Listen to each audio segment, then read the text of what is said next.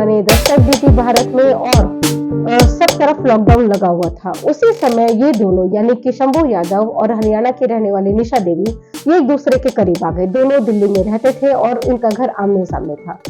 नमस्कार, मैं मोनिका आर्य, नवजात शिशु को बचाने की मुहिम पालूना में आपका स्वागत है। हरियाणा की रहने वाली निशा देवी ने सपने में भी ये नहीं सोचा था कि जिससे वो प्रेम करती है वो न सिर्फ उसके साथ प्रेम में ठगी जाएगी बल्कि वो उसकी संतान का कातिल भी बन जाएगा।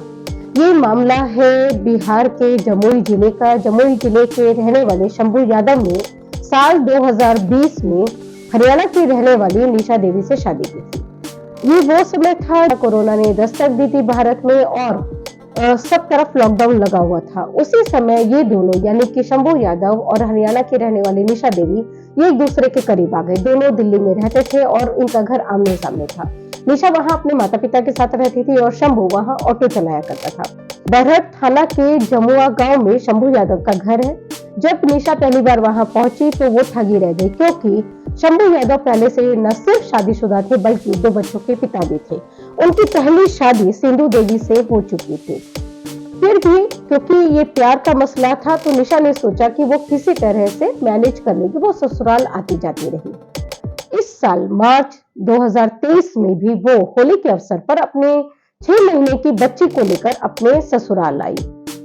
यहाँ आने के बाद बच्ची को सर्दी खांसी हो गई और उसको दवा देते हुए बच्ची के पिता यानी कि शंभू यादव, वो शख्स जिससे कि निशा प्यार करती थी, उन्होंने अपनी ही बच्ची को दवा में जहर मिलाकर दे दिया। निशा का आरोप है कि खांसी की जो दवा उसकी बेटी को पिलाई गई उसमें जहर था और इस काम में शंभू यादव की पहली पत्नी सिंधु ने भी उनका साथ दिया। 16 मार्च को निशा ने बरहट थाने में एक आवेदन दिया और इसमें आरोप लगाया कि शंभू यादव और उनकी पहली पत्नी सिंधु ने मिलकर उनकी बेटी को जहर दे दिया है दवाई में मिलाकर, जिससे कि बच्ची की मौत हो गई है और उस बच्चे के शव को कहीं ले जाकर दफना दिया है। जैसे ही मामला पुलिस के पास पहुंचा, शंभू और उनकी पहली पत्नी घटनास्थल से अपने घर से वो फरार हो गए। पुलिस ने जांच के क्रम में शंभू यादव को गिरफ्तार कर लिया। शंभू यादव की गिरफ्तारी पांडव बाजार से हुई और शंभू ने गिरफ्तार होने के बाद अपने जुर्म को कबूल कर लिया है। उन्होंने बताया कि बच्चे के शव को उन्होंने कुकुझप ट्रेन के पास के जंगल में दफना दिया था। पुलिस ने शव को वहां से बरामद कर लिया है और उसे पोस्टमार्टम के लिए भी भेज दिया। शव की स्थिति बहुत ज्यादा खराब हो चुकी थी, वो पूरी तरह से सड़ गया था। उनकी पहली पत्नी की तलाश में अभी भी छापेमारी जारी है।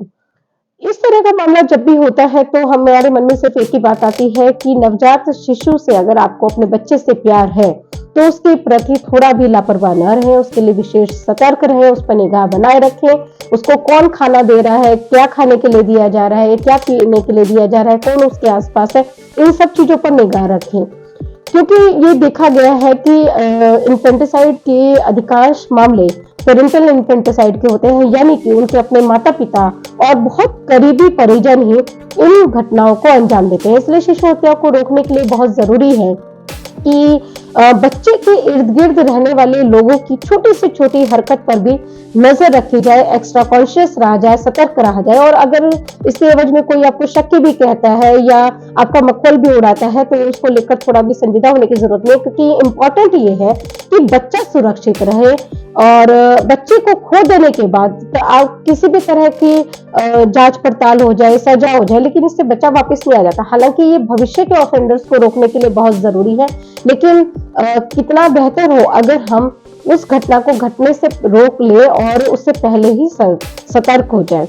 अगर थोड़ा सा भी सतर्कता निशा ने बरती होती तो उनकी बेटी आज जिंदा होती। तो अपनी इसी बात के साथ मैं इजाजत लेना चाहूंगी कि नवजात शिशु को लेकर सतर्क रहें, सजग रहें और कंटेंट जो यहाँ पर शेयर हो रहा है उसे अपने सर्किल में शेयर करते रहें, ताकि अवेयरनेस का काम भी तेज गति से होता है। इसी के साथ इजाजत लेती हूँ। नमस्कार।